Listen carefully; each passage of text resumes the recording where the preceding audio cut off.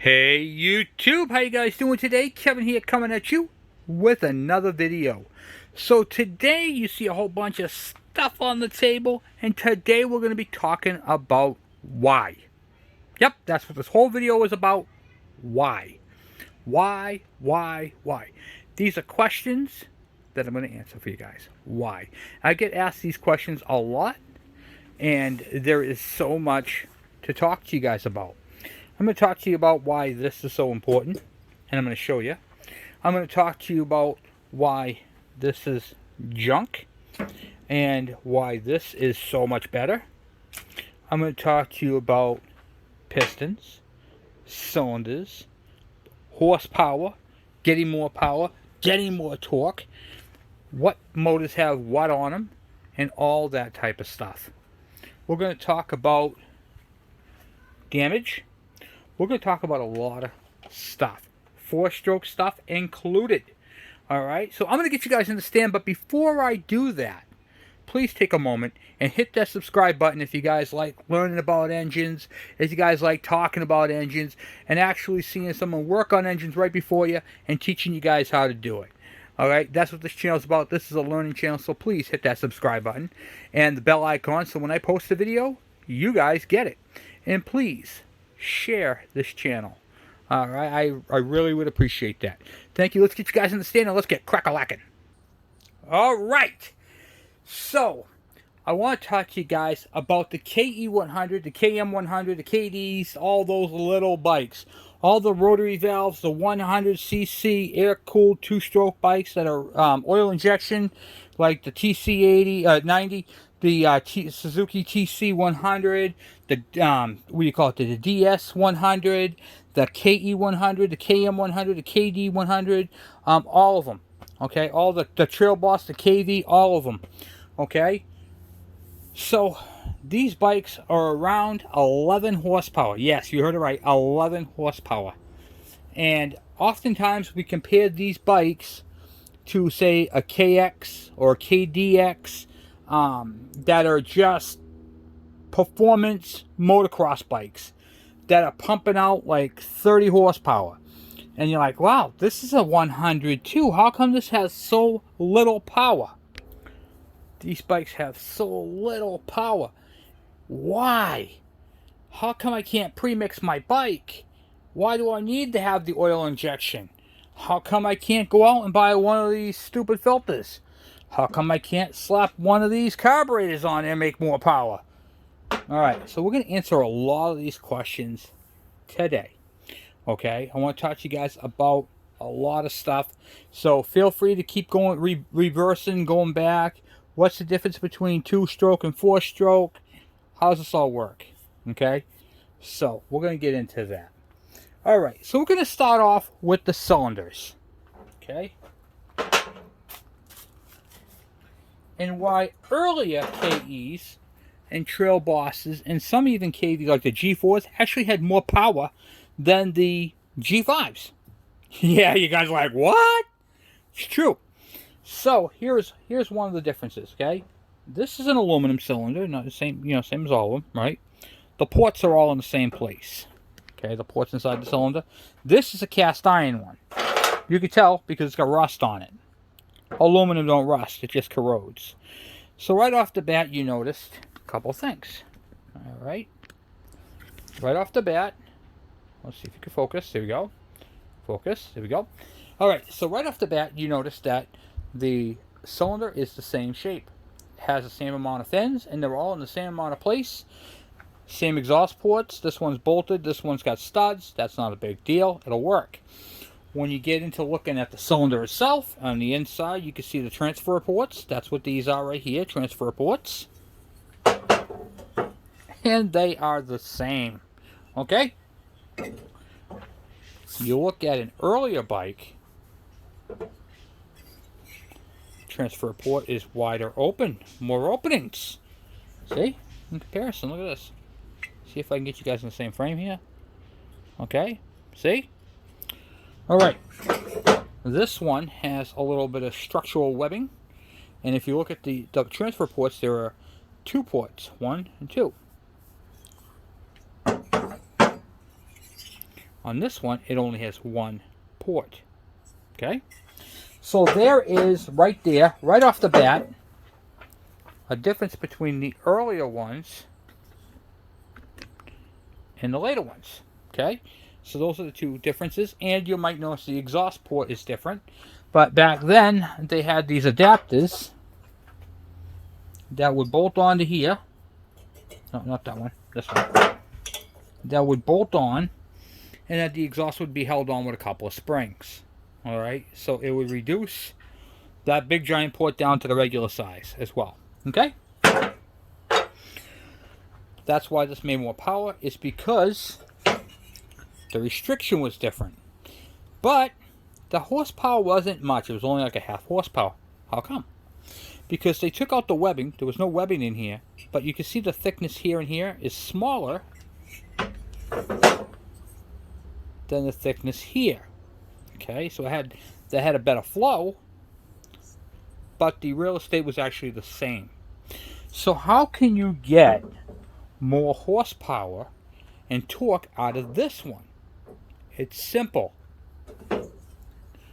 You can port, is what they call it, which is grinding out this center section, open it up this section right up in here, see where my finger is right here, and then you'll have more air and fuel flowing into your cylinder. And that's called porting. That is how you could take this engine right here and get at least 5 horsepower on top of your 11 on there right off the bat.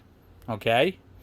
So keep that in mind. That's one way you can get more power, by opening up your cylinders. Alright? Now you got to be careful doing that, because this right here transfers heat to the coolant fins. Okay, so this part of the cylinder right here at high RPMs and over revving can cause hot spots. And where there's not much structure here, it can cause warping. But as you can see from this side right here on this one, that's been done. See? It's thin. That's how it is. So it can handle it. Okay, and this is also aluminum, by the way. So this is an early aluminum one. I also have a cast iron one just like it. But I wanted to show you guys how you can get a little bit more power out of your KEs. Is by porting your cylinder.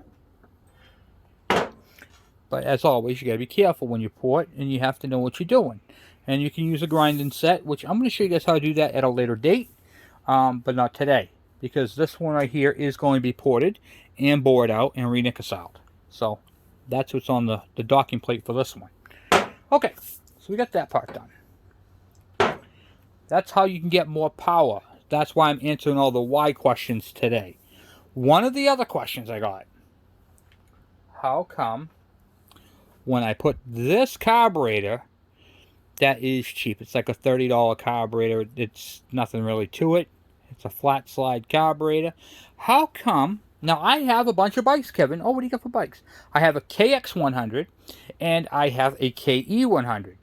So when I took this and I mounted this KX100 carburetor, this ain't a KX100 carburetor, this is the same type you use, on my KE100, I got about a quarter of throttle. The RPMs were screaming at me, and I was at top end. And then when I went higher, it bogged. Okay, that is a great question, and I'm going to explain to you why. It's airflow. Airflow going in. You have too much airflow going in, and it's just killing it. So you look at the size of this right here, and you have to reduce that down to the intake side. That's just craziness. You can't do it. And then if you did, now you're trying to stuff all the air and fuel from here through that dinky little port. You're going to lose power. That is why the bike was designed with the carburetor with the ports matching. This carburetor matches this intake. It will sit on there and run perfectly fine, because this is metered, the air and fuel coming through is metered to this engine, going back to these small transfer ports. Unlike the KX100, which has big ports, a lot of holes on the cylinder, a lot of ways for fuel and air to get in there, this doesn't have it. It's just not designed that way. So you guys need to keep that in mind. All right? Please keep that in mind when you're trying to get more power out of your bikes. You can't just simply slap a bigger carburetor on there and expect more power. You have to modify other things as well. All right? All right, so we're going to get on. We're going to keep moving on. What is the difference between a 4-stroke piston and a 2-stroke piston? Well, here is a KE100 piston, which is 11 horsepower. Okay? This is why I like 2-strokes. This is small. I mean, look at it. It's 49 cc's. Okay? Right across the top. And then when you do your what do you call it there? Stroke times bore, you get 100 cc's. This is from a 5 horsepower Briggs & Stratton. 11 horsepower, 5 horsepower. Okay? Now some of the differences, they both have connecting rods, but you can see that the bottom cap bolts on here. This has 3 rings. 2 compression, just like your KE100, and an oil control ring. Alright. Now, the only difference, other than the ring and the shape, is on a 4-stroke, they don't really use the bottom of the piston, but they do kinda. Here's the difference. The 2-stroke uses the bottom part of the piston to push air and fuel up through the transfer ports. Okay? On a 4-stroke, it just uses the bottom piston as it's coming down and the oil is being slung up to go through these holes to lubricate the rings. Remember, 4-strokes don't use 2-stroke oil. Their oil's in the crankshaft and the crankcase. Ours lubricates the piston, the walls, the bottom, the top, the sides, the left, the right, everything. The wrist pin, everything. This wrist pin is lubricated by the engine oil. This one is lubricated by your mix, your fuel mix. Alright, so keep that in mind. That's very important to know. Okay, we're going to move on again. I love these pod filters, Kevin. I just bought one for my bike. I love it. But I'm not getting the same power as I did when I was running this one. How come? That's a great question, and I'm going to answer that question right now. Why is it when I take off my factory airbox, okay? So I'm going to remove my airbox. I'm going to remove this whole big, ugly looking erector set of parts. I'm going to take that right off the bike. And I'll put this on. Because this looks cool. And it's shiny. And it's pretty. And it's a cone shape. And I think it will look awesome. And it works great on my car. Alright? Remember, this is a 2-stroke. Air quality means everything. But let's talk about this for a minute. This right here passes a lot more air to the carburetor. A lot more. Okay? A stupid amount more. This right here breathes so much better than this. And I'm telling you, it's true. This right here doesn't breathe nearly as good as this. This right here will pass more air through it, no problem. Now you're probably saying to yourself, okay, then that's the one I want. Well, wrong. Okay? I'm going to tell you why.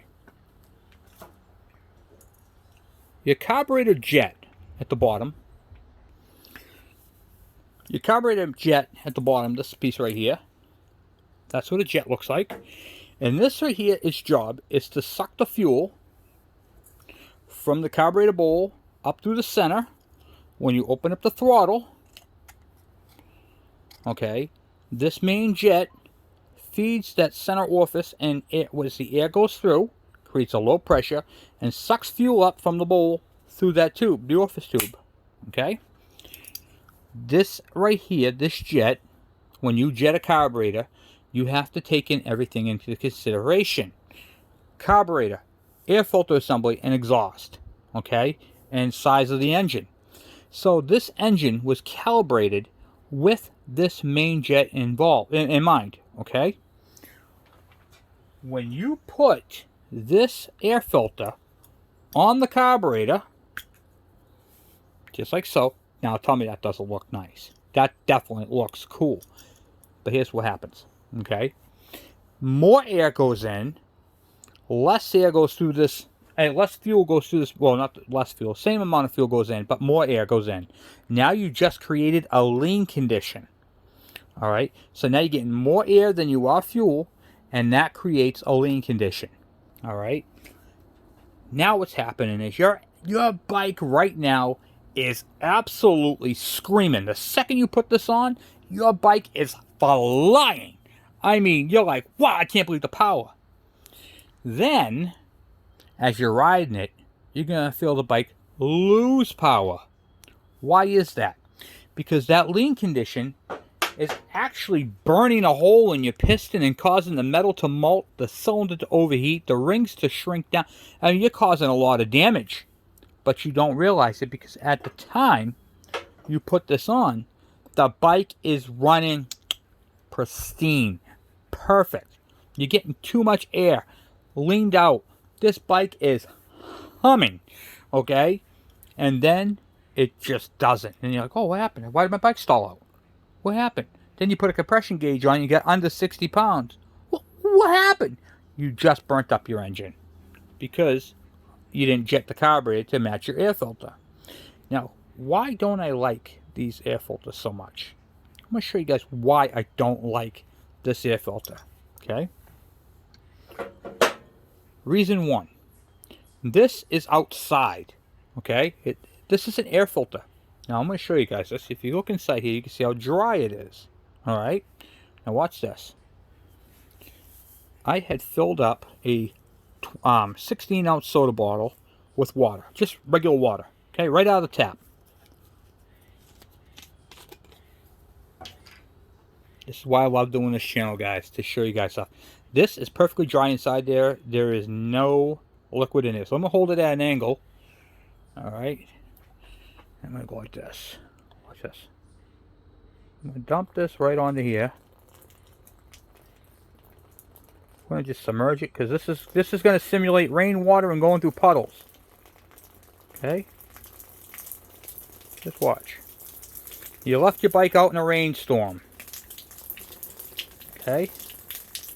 Been out in the rain all day, all night.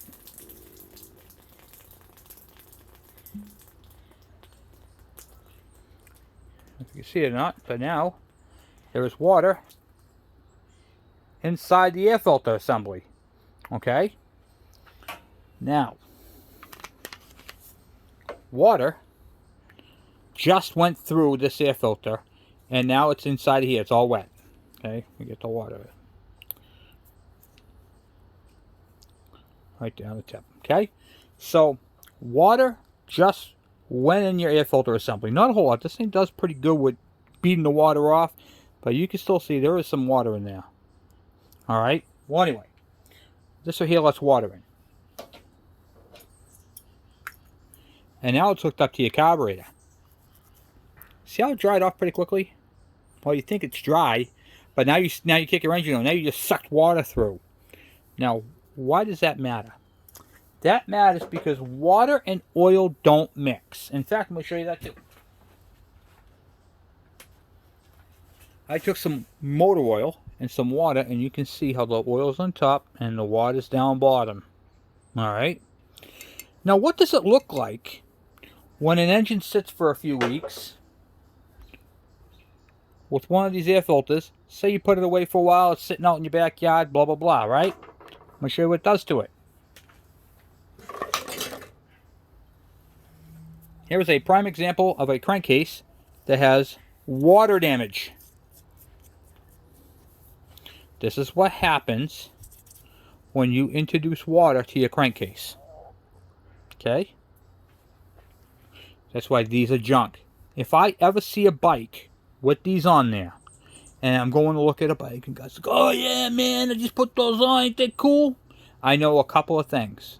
One, this may be on its way to happening. Two, if you didn't jet the carburetors, now it's been running lean. And three, that bike ain't worth half the value he just asked me for it.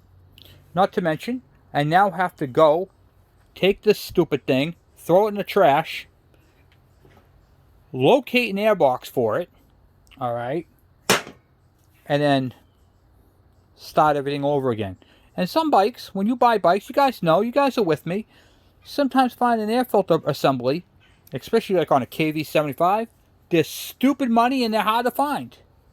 So make sure you don't put these crazy stupid things on your bike, and don't think bigger is better. Don't go for these cheap knockoff carburetors that say they fit every bike under the sun, because they don't. These only come with one jetpack. And let me tell you something, I've been doing this for 30 years. Okay? Every bike is different. Depends on the exhaust, depends on the air filter, it depends, like, I mean, you can put a UNI air filter that's supposed to be a factory replacement, okay, and still have to jet your carburetor. So you have to make sure you're doing everything correctly, because if you don't, you're going to ruin things. Alright, moving on from all this crap. Okay, moving on. I like this, guys. I hope you guys are learning something, because I'm answering a lot of the why questions. Why?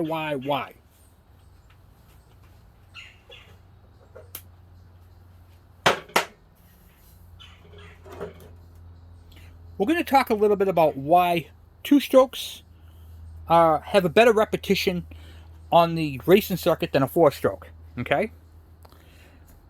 Four-stroke engines tend to have more parts than a two-stroke.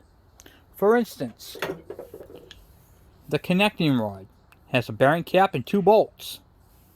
A two-stroke, the connecting rod is pressed together with the bearings, a roller bearing stuck inside there. This is very strong and very robust. Okay, so meaning that when this gets hot, this doesn't come apart like a four-stroke. A four-stroke, when this overheats, which is what happened to this, you can see how black it is. Okay, this engine right here was ran low on oil, overheated, and what happened was these connecting rod bolts, when this heated up, it allowed those bolts to back out and fall out, and that's what caused damage, okay, to the engine block. This connecting rod is lighter than that. It's one piece, so it doesn't come apart. If it overheats, it changes to a blue color, and you're able to rebuild the engine, because no matter how bad this thing gets, it's going to stay on there. And if it does come off, that's because you weren't paying attention to it and you just let it go. One of the other things that is cool about this crankshaft and all that, this crankshaft can easily be rebuilt.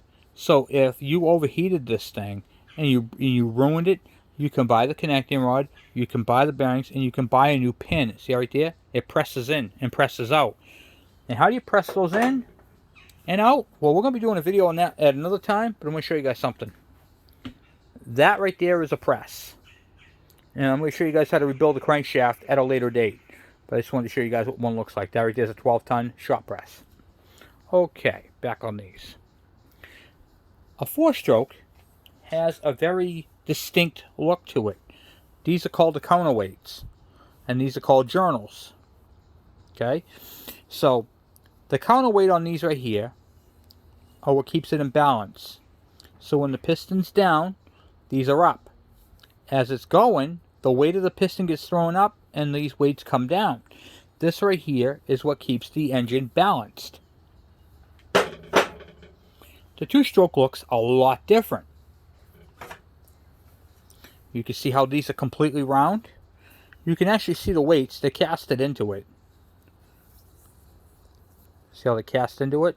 So if you cut you can actually take a torch and cut this off, and you'll still have your counterweights. But there's a reason why this thing is completely round. The reason why this is completely round and solid is because it needs to fill in this area. And the reason why it needs to fill in this entire area all the time is because when the piston comes down, it's got to push the fuel and air around, or the mix, around the crankshaft and up the transfer ports. If the crankshaft in a two-stroke was shaped like this, when the piston came down, it would be filling in. See where all the material's missing? instead of pushing the fuel and air mix, the fuel and oil mix up the transfer ports, it would just be filling up this area and it wouldn't run right. Okay, it may not even run at all. All right, so that's called scavenging. So when the thing comes down, it pumps it up there. So these right here act like a pump. See right here, the connecting rod kind of fills it in. So the piston comes down, the crank journals come around, and they're literally pumping. They are pushing the mix up these transfer ports and into the cylinder on top of the piston.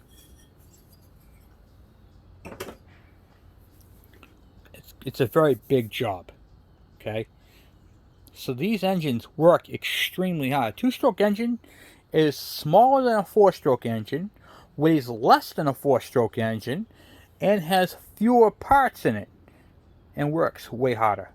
But they give you more power, more speed, and you can get more horsepower out of a two-stroke, a smaller engine, than you can a bigger, robust four-stroke. All right, so those are a couple things to keep in mind. Okay, so moving on, we're going to start talking about the side cover. So when I see people not using the side cover, do I have to have that side cover? Is it really that important? Yes. Yes, it is. And then I get a lot of this, especially in the forums and stuff. Well, I'm using my air filter. So on the KEs and stuff like that, these go up top. All right, and you have your air filter in there.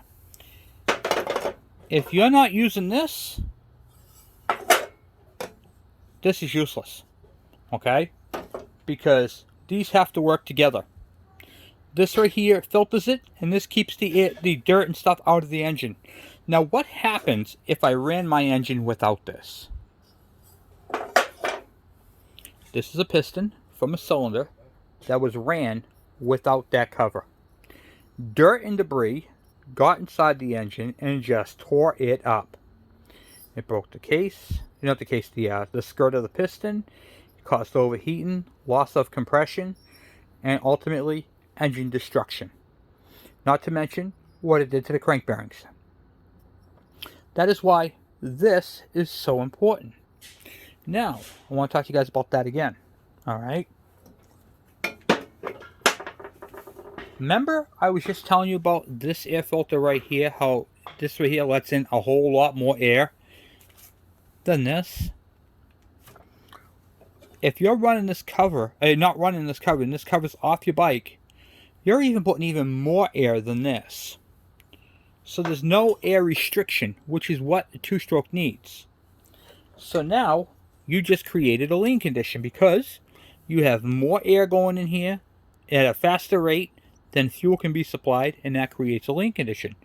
Now, do you remember when I was talking about, what do you call it there? Aaron's bike, and I showed you guys that battery charger. You guys can revert back to it. Let me go grab it. Okay. Alright, so in the video, I was explaining how a flywheel generates electricity the same way. One of these, you plug this into the wall, it's got the charge cord that goes to it, and this way you put your cell phone on top of it and it charges your phone because there's a little coil inside there and this creates a field. Well, I'm going to talk to you guys about something kind of similar to that. I want you guys to try at home too.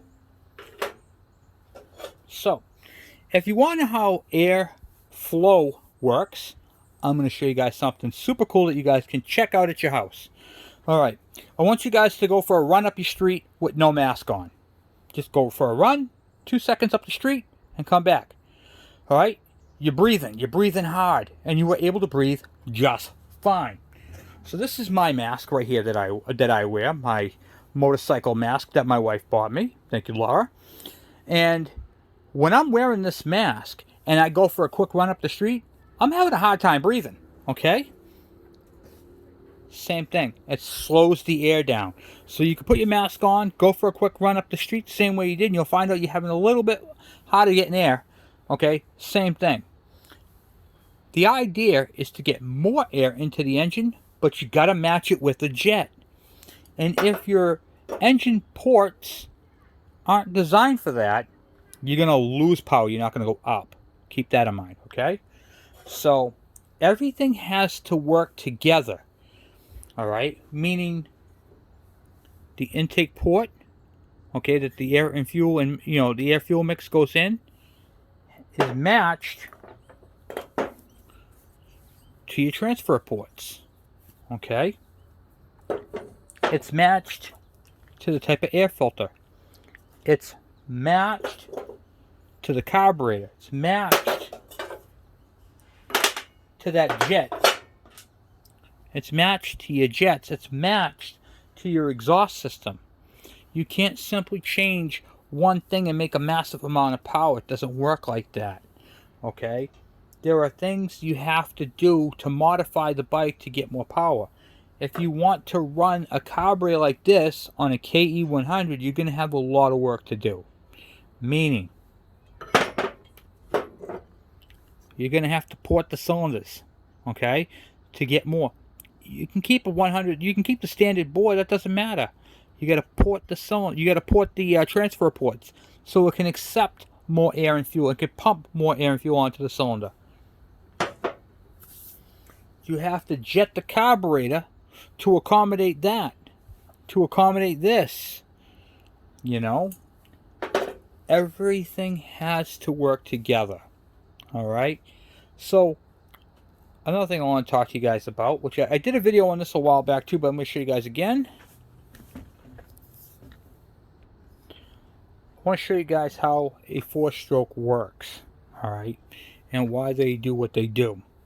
So here's your piston. The piston starts to travel down, and as it goes down, you can see the intake valve right here. So I'll blow you guys out. I'll back that up one more time. As the piston starts to travel down, the intake valve opens. Now this is what I wanted to show you guys. The piston starts traveling down. That creates a vacuum. That's where the energy gets, this vacuum, is suction. Now this piston going down is sucking in the air and the fuel from this valve right here, the intake valve. Okay, gets to the bottom. Now that cylinder is completely filled, completely filled. All right, so we're going to stop there for a second. All right, and we're going to go and look at a rotary valve. All right, so here's the rotary valve. You see that the crank is at the bottom. Now when the piston starts traveling up, the bottom side of the piston's creating the suction. So it's sucking it up through the rotary valve. Let me see if I can get you guys all on the screen here. Hold on. Okay, perfect. All right, so now the piston is starting to travel upward, creating a vacuum at the bottom of the piston, and the rotary valve is now open, and now it's sucking the air and fuel, with the mix.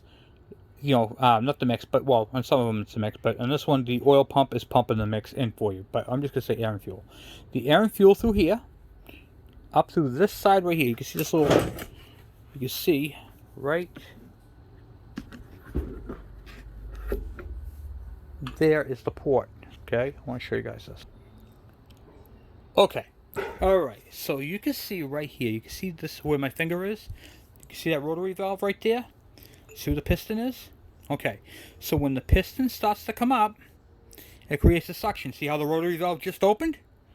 Okay, you see that little brass tube right there?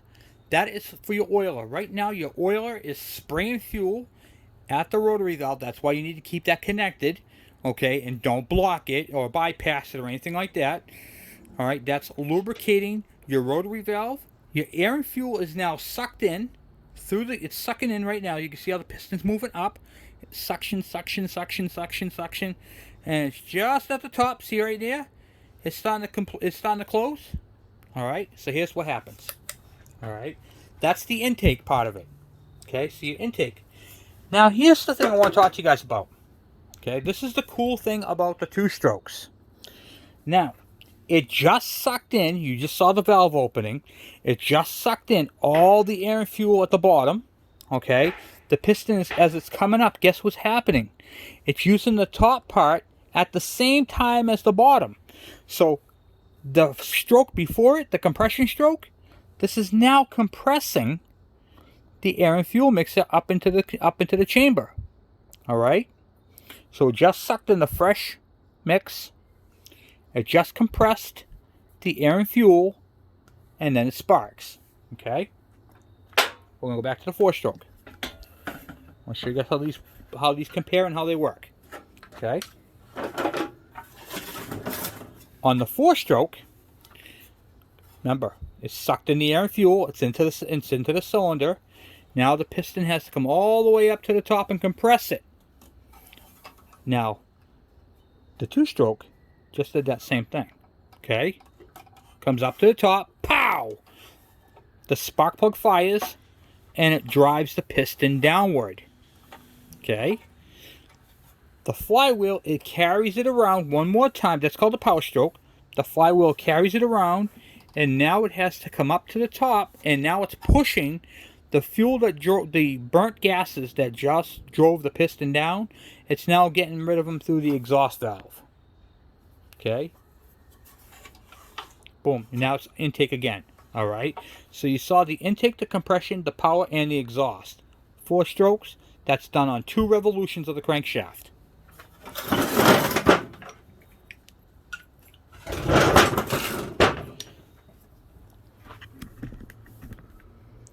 A 2-stroke does it in 1 revolution of the crankshaft. That's what makes these engines so much more awesome.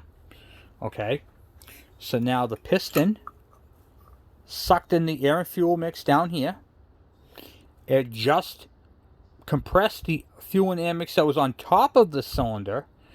The spark plug just fired and it's driving the piston downward. Okay, so now let me get the flashlight so you can see the rotary valve. The rotary valve is closed. You can see that or not? Kind of hard to see. The rotary valve is closed. Alright. Now when that closes, remember the air and fuel that was at the bottom? Now the bottom of the piston is pushing down. It's taking the charge that it just sucked up and it's pushing it down. Where does it go when it pushes down? It has no place to go but up. So as the piston's going down, it's pushing the air and fuel mixture out these sides right here. That's what these cutouts are for. Those cutouts are your transfer ports. At the same time, this is going down and pushing the fuel and air, the new fuel and air up these ports. It's coming out through these ports here on the sides. As this is coming down, it's pushing the fuel and air up the ports on top of the piston, and the exhaust is trying to escape at the same time. If you look in your cylinder, you will see that the exhaust port and the intake port are open for a very brief moment, and they share a common part. So the new air mix, fuel mix, are pushing out the exhaust. Some of it leaks out the exhaust, and that's where the expansion chamber comes in. I'm not getting into that today. But here's the beauty of that, okay? This right here went down, pushed the new fuel up and on. Now, my fingers right here, my hand right here represents the fuel and air that just got pushed on top of the piston up the transfer ports. As this is coming up again, it's sucking in a new, so this sucking in a new amount of fuel and air to do it again. As the piston comes up, compresses it, bang, it all happens again. A 2-stroke does 2 strokes on 1 crank revolution. A 4-stroke does 4 strokes on 2 crank revolutions. That's what gives these so much more power, because every time this piston goes up to the top, the spark plug fires. On a 4-stroke, it takes 4 revolutions in one of those strokes is a firing. So you see what I'm saying? So there's a brief second where the crank is spinning with no power being driven. It was just going off the power stroke. So this really doesn't have the same power as a 2-stroke. These are raw. These are doing it every single time. Okay? A 4-stroke does it every other time. These do it every single time. So, in my opinion, a 2-stroke engine works a whole lot harder than a 4-stroke. Now, with that said, when you do that type of every single time that the piston comes up, it fires. When you put a small engine to do a great deal of work, altering certain things and changing the way it was designed can alter its performance, it can shorten its life, and it can cost you a boatload of money. Okay? I always tell people, embrace the bike for what it is. Okay? This is a KE100, and it's basically a glorified scooter. It is designed for on and off, mild, light off-road. It is not designed to go through mud bogs and go racing over the... you're not going to skip water with this bike. Okay? Even if you did port those out. Alright? It's just not going to happen. And even if you did port the cylinder, jetted and modified the carburetor fit, okay, you're still faced with a 4-disc, very light duty clutch. Alright? If you look at a KX80 or a KX100, I think they're 6-disc clutches. They got super high tension springs. They are the cat's meow. And the drum diameter is bigger, which gives you more mass, more real estate, more area for clutch material. Alright, so you guys have to keep that stuff in mind. So I do tell you guys, you know, embrace the bike that you have. These are vintage bikes. They're not no spring chickens. The last bike was made in 2001. Okay, that's 19 years old. So the newest KE is 19 years old. Think about that. You're asking a 19-year-old bike, at the minimum, okay, to perform crazy stupid stunts, ride wheelies up and down the street like a madman, and jump stuff. It's just not designed for that, okay? And the fact that it's old, it's 19 years old. So I want you guys to keep that stuff in mind when you're going to do these. I tell people, make the bike your own, performance them, do whatever you want to do with them, but do it correctly, you know? And this right here, I wanted to show you guys how certain things are done and the reason why.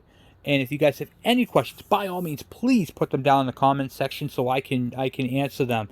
I do these videos to teach you guys, and so you guys can learn a little bit about what's going on and why this is trash and this is so much better. And the way that these bikes breathe. Okay, I went and looked at a Yamaha Special. It was a 3-cylinder 750. And it had 3 of these stupid things on it. And the bike was at an angle. And the guy's like, yeah, he goes, it ran like a month or so ago. He says, and then he goes, I put it off to the side, I injured my leg, and blah, blah, blah. And I went to kick the bike over, and I couldn't move the kickstart. The bike was seized. And the reason why is because the intake valve was open, water went through this, into the carburetor, and filled up the cylinder. These are garbage. Even the Chinese bikes come with this because they're so cheap and easy to make, but they're 4-stroke bikes. It doesn't matter. You can put these on a 4-stroke. Doesn't matter. But if you put them on a 4-stroke, you're still going to get water ingestion. So keep that in mind. These are really junk. These right here are really what's wrong with the Chinese scooters. They're better off if you had an airbox on. In fact, a lot of the new ones are coming with an airbox because they're a lot more reliable. I'll show you what that looks like. The newer Chinese stuff is coming through with these airboxes. Not just for emissions reasons, but they last longer and they're better. You know, they got little snorkels up top, and, you know, they're just a little bit better made. Although, people are complaining because these look so much prettier. They're not prettier, they're stupid. Throw these out. Don't use these. They're bad. They're cheap, they're bad, they're no good. Throw them out. Okay, I got people, I've been running mine for a long time. I don't use this cover. I put this on the side there and it sticks up. Okay, so now you have a KE. Your foot's here. The air filter's here.